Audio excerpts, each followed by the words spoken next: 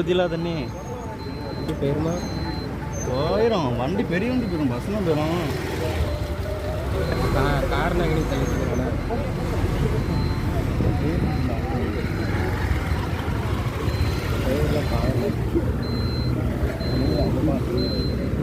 நான் பைக்கில் வரல.